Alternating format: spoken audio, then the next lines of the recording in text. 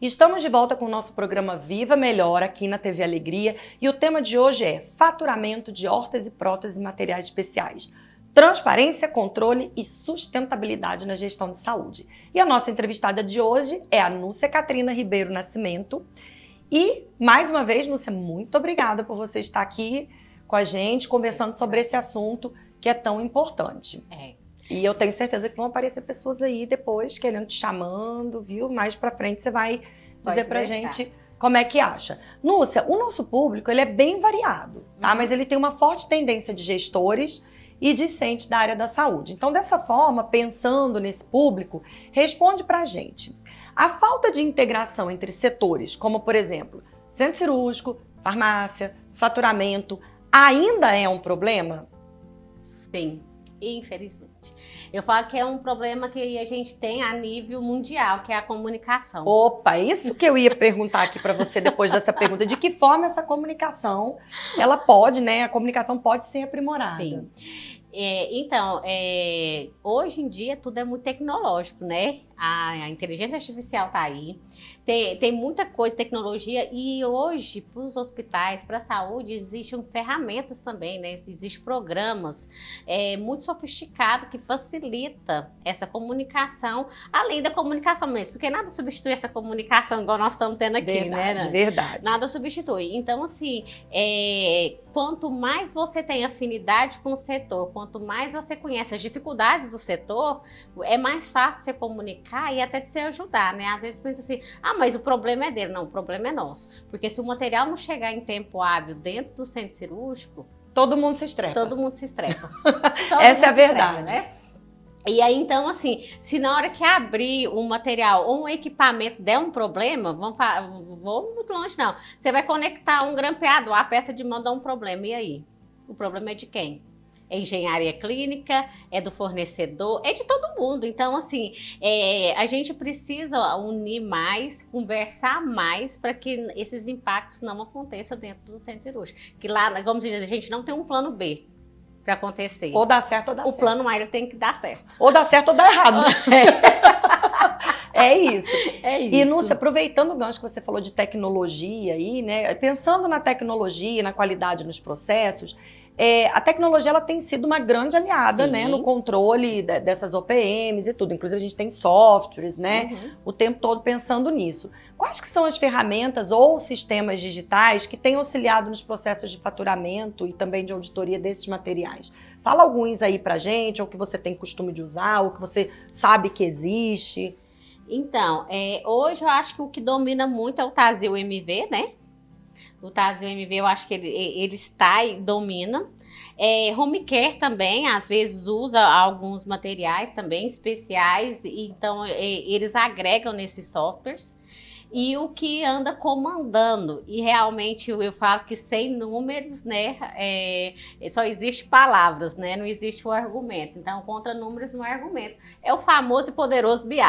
Né? Você precisa extrair o dado, você precisa validar, você precisa confrontar, e aí o software sozinho ele não vai resolver.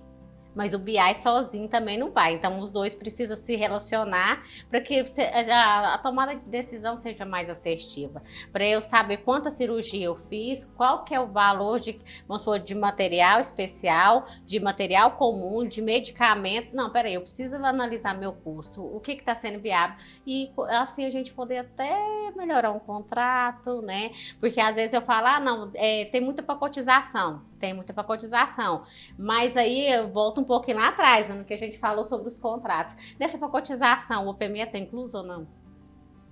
Né? Então, assim, a gente precisa ter dados, a gente precisa analisar. O BI, ele está, como se diz, em disparada, ele está sendo o número 1 para auxiliar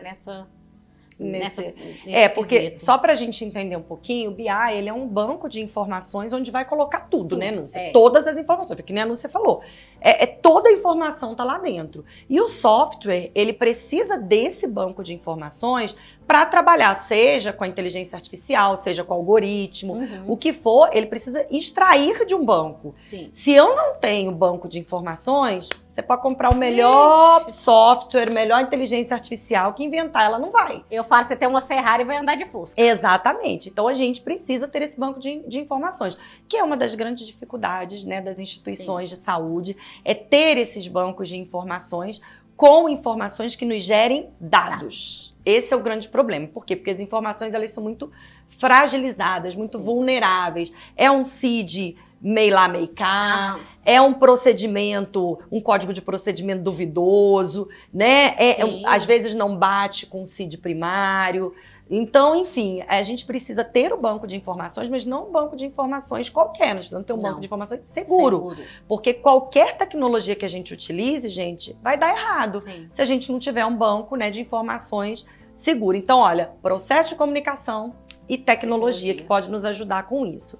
E aí você falou no TASI, no MV, que são grandes sistemas de gerenciamento, não só de saúde, né, mas eles têm uma vasta experiência em várias áreas, mas com uma forte tendência em saúde, e inclusive na questão do prontuário eletrônico. Sim. Né? Então, como é que você enxerga, assim, como que o prontuário eletrônico e os códigos de rastreabilidade também contribuem para a segurança e controle dessas informações relacionadas ao OPM? Então, o prontuário eletrônico, ele, como se diz, é uma tendência que veio para ficar, porque a tecnologia, ela não parou por aqui, né? Ela vai só aprimorar mais. Então, quando você centraliza o prontuário do paciente com todas as informações do paciente, tudo acontece no tempo exato, né? Eu falo ali, é a descrição em loco, depois que acaba a cirurgia, é aquela rastreabilidade de entrada de nota fiscal do material, do que foi utilizado. Então, assim, ó, não tem erro, é a tendência que veio para ficar e a gente tem que saber usar e manusear e colocar a informação correta. E, gente, é uma importância, assim, é importante a gente entender que não rastrear é procurar. Sim. Né? Então, assim, não existe procurar sem saber o que a gente está procurando. Não é, Núcia? Sim. Porque, às vezes, as informações elas estão tão desencontradas que você se perde, você nem sabe. Eu estou procurando, mas eu estou procurando o quê? O que eu estou procurando aqui? Sim. Né? Então, a gente precisa, como a gente disse, é um balé. Nós precisamos que tudo seja muito coeso, que tudo seja muito orquestrado, que toda a equipe interdisciplinar trabalhe entendendo sobre o processo, que é uma outra coisa importante, que é a educação em saúde. Sim. Né, Núcia? Você fazer com que desde a pessoa da recepção até a pessoa da higienização até a autogestão entenda o processo. Isso é muito importante. Entenda o processo, porque senão a pessoa, por exemplo, da recepção deixa às vezes de anotar coisas importantes, né, naquele primeiro momento, que vai impactar lá em cima, né, no centro cirúrgico, que vai impactar na hora da assistência direta, que vai impactar no faturamento. Isso é mesmo, é igual, muitas vezes assim, a gente vai cobrar, não, mas isso aqui veio glosado, não sei o quê. Ah, não, mas está autorizado. Eu sempre falo, a autorização ela é como se fosse um cheque. Você só vai saber se ele tem fundo ou não na hora que você chega lá, né, no banco. E no hospital não é diferente. Você só vai saber se a autorização vai ser paga ou não quando chega na operadora. Então, não tem por Exatamente. onde correr. Eu não sei quando, mas né, exatamente quando foi que se perdeu o termo pré-autorização, né? Não sei quando foi que se perdeu, porque assim, para mim é muito claro que é uma pré-autorização. Olha, eu tô te dando um cheque, né? O cheque ele pode ser que eu assine ou não. Entende? Então eu tô te dando um cheque ali preenchido com aquele valor que você me disse, né? Aquele custo que você me disse ali do seu material, podendo ser acrescentado ou diminuído, porque também tem material que a gente pede e não utiliza, né? Lá na hora. Só que eu só vou assinar mediante a sua comprovação de que você utilizou, né? Eu só vou assinar mediante a comprovação de que você faturou o que exatamente que foi utilizado. Então isso tudo é muito interessante. Núcia, agora chegou o momento mais interessante do nosso programa, que é o quadro Nosso Telespectador Pergunta e o Especialista Responde. Então ele vai fazer algumas perguntas sobre o tema e você vai responder aí pra gente, tá bom? Então, ó, pode rodar a primeira pergunta. Olá, eu sou a Lohane, sou estudante de enfermagem do 8º período e gostaria de fazer uma pergunta. Quais são as competências essenciais para um profissional que atua no faturamento de OPME, tanto técnicas quanto comportamentais? E aí, Núcia, essa pergunta é interessantíssima, porque envolve soft skills e hard skills. Conta pra gente. Então, Dani, o soft skills eu acho que ele pesa muito, mas o hard skills também, porque eu falo que as duas andam muito junto, né? Então, assim, você tem que ter o conhecimento técnico, por isso até que é uma dica que eu dei, né, mais cedo, começa a vivenciar, né, o procedimento, começa a vivenciar mais o que o hospital ou a clínica, né, promove para o paciente. Então, eu acho que, além do conhecimento, a gente precisa ter também um poder de persuasão, porque a gente trabalha com o paciente, muitas vezes, não, mas eu sou futurista, eu não trabalho com o paciente. Mas às vezes você encontra com o paciente, né? E a gente não sabe o que o paciente está passando. Então, acho que inteligência emocional também é muito fundamental, conhecimento técnico, e agora a gente vai fazendo um mix dos dois, porque um sozinho não adianta, né? Então, é conhecimento técnico, inteligência emocional, conhecer o contrato, estudar, e independente de ser contrato, estudar o nicho que você trabalha, que eu acho que isso é muito importante. Porque o que acontece? A habilidade técnica a gente consegue desenvolver, né? Então, assim, eu não sei faturamento. Não, mas eu vou te ensinar o faturamento. Então, essas habilidades, né, a gente consegue desenvolver. Mas agora o interesse do profissional de aprender, o interesse de conhecer, o interesse de desenvolver, isso aí é dele, então. Então, assim, é muito fundamental que, além do conhecimento, você também tenha uma inteligência emocional. Seja muito organizado. Principalmente.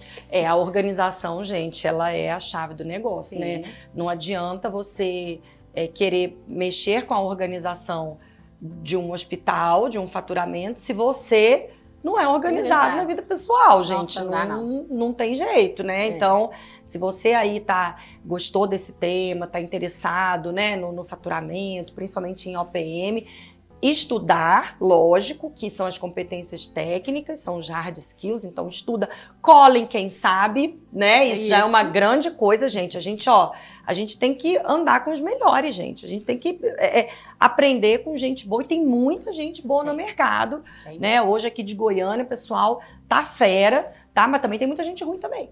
Então, veja direito, né? Pegue referências. Se vocês precisarem, pode mandar recado aí no direct da TV Alegria, no meu pessoal, que eu te falo aqui, que eu sei bem quem são, né? As pessoas que a gente pode seguir. E a outra coisa também é a parte do soft skills de relacionamento, né? Às vezes você tem que, às vezes não, na maioria das vezes você tem que ter tato para lidar, às vezes, com o paciente, para lidar com a equipe, para lidar com a fonte pagadora, para lidar com o médico solicitante, né? Olha, doutor, voltou a guia. Aí o médico já grita lá do outro lado, volta por quê? Né? Essa operadora deve estar de brincadeira. Não é assim que geralmente fica. Mas não, então tem que, olha, doutor, voltou por conta disso. Então investiguem primeiro por que voltou, já entregue mastigado, né? Entenda, compreenda. Muitas vezes você não vai nem precisar entrar em contato com a operadora, porque a sua expertise já diz, olha, é por isso. Essa operadora, ela, se não mandar isso aqui, ela nega, né? São particularidades que a gente, né, que vai aprendendo, que o faturista vai aprendendo. Mas tem mais pergunta, Núcia, não acabou por aí não. Pode soltar a segunda pergunta. Olá, bom dia. Meu nome é Andréia, sou acadêmica de enfermagem, estou no 8º período. E gostaria de fazer uma pergunta. Como o faturamento pode ser um aliado na transparência e na prevenção de irregularidades?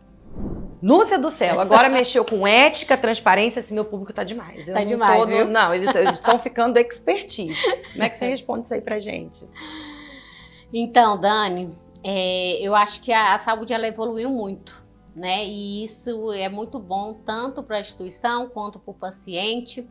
E quando eu falo de instituição, eu falo de todos os departamentos, né? Essa questão de transparência, o faturamento ele tem que ser o setor que é o mais transparente possível, né?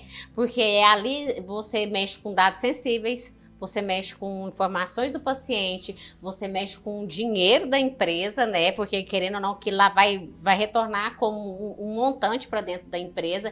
Então, o faturamento ele tem que ser o setor mais transparente que tem dentro da instituição. E como que ele consegue fazer isso? através de informações claras, precisas e simples. Não precisa de muita coisa, fantasiar, colocar, não. Quanto mais simples a informação, mais claro fica para se a gente tiver uma auditoria, se a gente tiver vamos ter um processo, uma acreditação. Quanto mais simples você for, quanto mais transparente os seus dados são. Então, eu acho que a simplicidade é tudo e a transparência também. Menos é mais, às vezes, né, Isso. gente? Às vezes tem gente que faz uns relatórios ali que a gente fala assim, ai, meu Deus, que relatório de GPT, meu Deus. Ai, que preguiça. Né? Assim, na minha época, que eu tava ali ferrenha, né, na auditoria, não existia GPT ainda. Mas Não. você via que era um relatório montado, que não tinha sido o profissional que tinha feito aquilo, né? Algumas vezes a própria empresa, profissionais da própria empresa, outras vezes, enfim. Então, o menos é mais para dentro do processo. Quando a gente fala do processo de faturamento e auditoria, é assertividade. Isso. É você ser assertivo naquilo que você faz e automaticamente você está sendo transparente. E muita atenção para a questão da LGPD, né? Que é a Lei Geral de Proteções de Dados, de Segurança e Proteção dos Dados. Porque a gente precisa ter muito cuidado com essas informações. Porque a gente trabalha com dados muito frágeis, né? E muito assim... particulares, são CIDs de pacientes, nomes, identidade, CPF, idade. Então, isso também é uma responsabilidade muito grande que o faturista ele tem que entender e tomar muito cuidado para não cair às vezes aí numa irregularidade. Mas vamos para a nossa terceira pergunta. Bora lá. Olá, eu sou a Maria Eduarda, aluna de enfermagem do 8º período. Hoje eu vim aqui para fazer uma pergunta para vocês. Olhando para o futuro, como você enxerga a evolução do faturamento hospitalar, especialmente no controle de OPME, diante da digitalização da auditoria em tempo real e das novas exigências regulatórias? E aí, Núcia, aqui o povo quer, meus telespectadores querem que você até adivinhe o futuro. Que até que você adivinhe. Mas, enfim, né, é um futuro que já está acontecendo. Já está acontecendo. Então, Dani, o futuro, ele é digital, né? E aí as pessoas, às vezes, falam assim, ó, nossa, o futuro é digital. E os futuristas? Gente, é a oportunidade que o futurista tem de largar a operação e ser estratégico para tomada de decisão, né? Olha que maravilha. E aí ele começa a ser um futurista mais estratégico.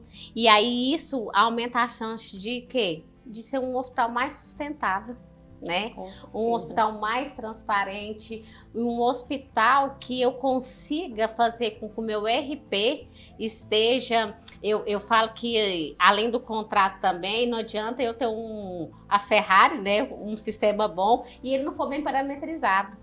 Então, eu preciso conhecer quais são as normas reguladoras que estão atualizadas, o que foi... essa norma que agora ela foi substituída. Então, vamos adequar essa norma. Né? Eu preciso que o meu sistema também converse com essas novas normas. Então, assim, a era digital chegou, o faturista ele tem que ser estratégico, ele tem que pensar lá na frente, ele tem que pensar, não, mas se eu não colocar isso dentro do meu sistema, eu vou ter uma glosa.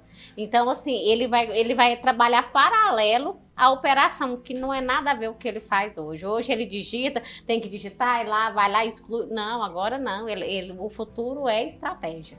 Não, e você foi cirúrgica numa coisa, numa fala sua, que fala o seguinte, quando eu largo de processos operacionais, muito operacionais, aqueles que podem ser substituídos pela tecnologia, eu costumo usar um outro termo. Eu falo assim, isso aqui até um casal de pombo, se eu ensinar, faz. Entende? Não é que não seja importante. Sim. Ele é importante, mas não para estrategicamente falando, né? Porque o faturista ele tem que estar com a cabeça livre para pensar na estratégia. Sim. Né? O que eu vou fazer aqui?